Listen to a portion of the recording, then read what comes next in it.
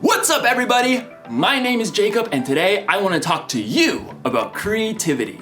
Because there's so many different ways to be creative, right? You could be like a creative actor. Alas, poor Yorick. I knew him well. Who's Yorick? You got the wrong skull, kid. Oh. You could be a creative dresser.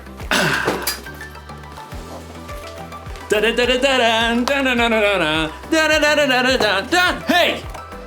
You could be like a creative, I don't know, scientist? But most of the time when you hear the word creativity, you think of something like this. A work of art.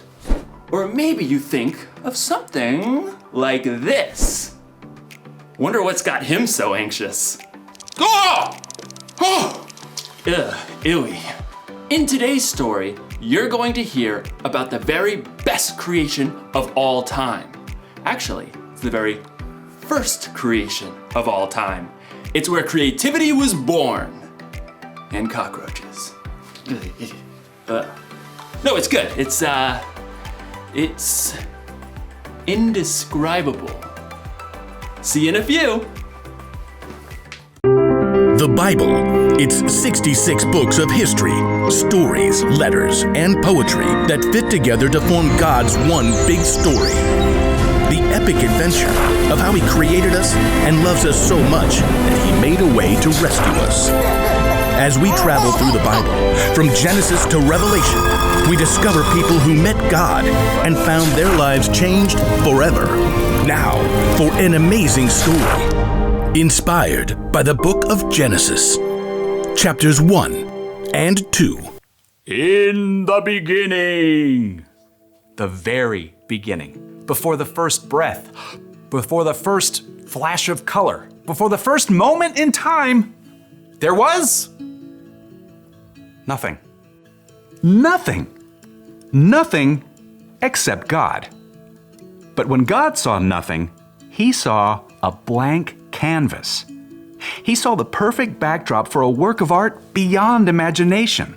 So, God created. From absolutely nothing, He brought forth the heavens and the earth. But there was no shape or form. God's Spirit hovered over the dark emptiness. Then, God called out, "Let there be light." Brilliant light shattered the darkness like golden trumpets on a still morning. Bright rays shimmered and danced in all the hues of the rainbow. God saw the light was good. He divided the light from the dark, calling the light day and the darkness night. Evening and morning together shaped the very first day of all time. Then God said, "Let there be a huge space between the waters. Let it separate water from water." By His words alone, God shifted the waters, leaving a vast arching space above, the sky. Evening and morning rolled past, the second day. God lifted His voice again. "Let the water under the sky be gathered into one place. Let ground appear." Dry land shrugged its way out of the water. Islands and vast continents and gritty deserts and towering mountains. God called the dry ground land, and He called all the gathered waters seas. But God had even bigger plans for this day. "Let the land produce plants, and let there be trees on the land." In moments, tall grasses unfurled across the plains, and giant redwoods shot up from the dirt. Flowers and grapevines and carrots and corn sprouted and flourished. God saw that all of it was good. That evening and morning closed out the third day. "Let there be lights in the huge space of the sky. Let them separate the day from the night." At the sound of God's voice, the blazing sun exploded into being. The silvery moon spun out. Stars and galaxies flooded into space, filling the universe. Pew, pew, pew. God set the sun to rule the day. and the moon to rule the night. And God saw it was good. That evening and morning made up the fourth day. But God wasn't done painting his masterpiece just yet. Let the seas be filled with living things. Let birds fly above the earth and across the huge space of the sky. Instantly, the seas and rivers and ponds writhed with dolphins and octopi, salmon and minnows. Eagles soared and bluebirds nested, while ostriches stretched their long necks. God saw they were good. That evening and morning formed the fifth day. But God kept working on his creation. Let there be livestock and creatures that move along the ground and wild animals. At once, animals of every kind appeared. Elephants thundered through the forests, and squirrels darted up tree trunks. Monkeys chattered, and pigs rolled happily in the mud. God saw it was all good. But he had one more creation in mind. Let us make human beings so that they are like us. Let them rule over the fish and the birds. Let them rule over all the animals. Then, with his own hands, God formed the very first man and the very first woman, Adam and Eve. I'm me. And you are you. And this place? It's beyond words. Unlike the animals, God made people in his image to reflect him. Have children and fill the earth.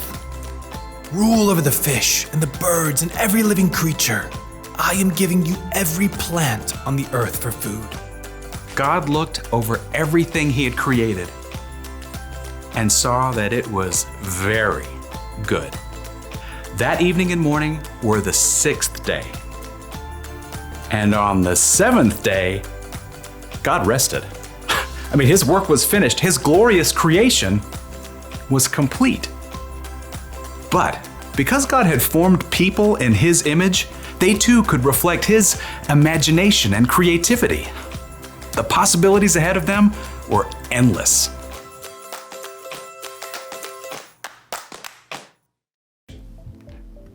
Okay, I just thought of another way to describe creativity.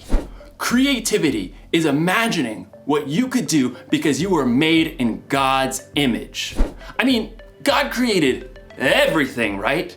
He made the stars and the planets and the mountains and the oceans. He made dogs and cats and elephants and ostriches. But when he made us, it got personal. God made us so that we think and feel and act tiny bit like him. We are made in his image. So check it. Imagine looking at yourself in a mirror. That's what God is like. And no, I'm not saying that he has the same hairstyle or eye color, but look a little bit closer. There's imagination behind your eyes. You have a smile that could encourage someone when they're feeling down. And your hands that could help someone lift a heavy load. Ugh. All right. There's no limit to what God can do through you. That's because there's no limit to God's creativity. That's the one thing to remember today. There's no limit to God's creativity. Seriously, take a look this week at the things God has made and let it blow your mind. Look at the stars in the sky and think about how it could take literally millions of years just to visit one up close.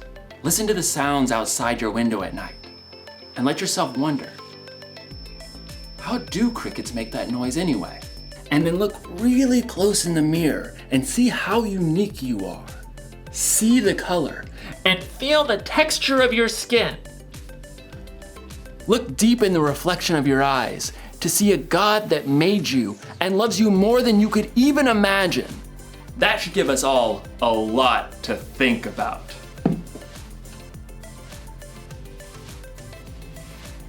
No wonder this guy's a statue. He's thinking about God's creativity. Dude.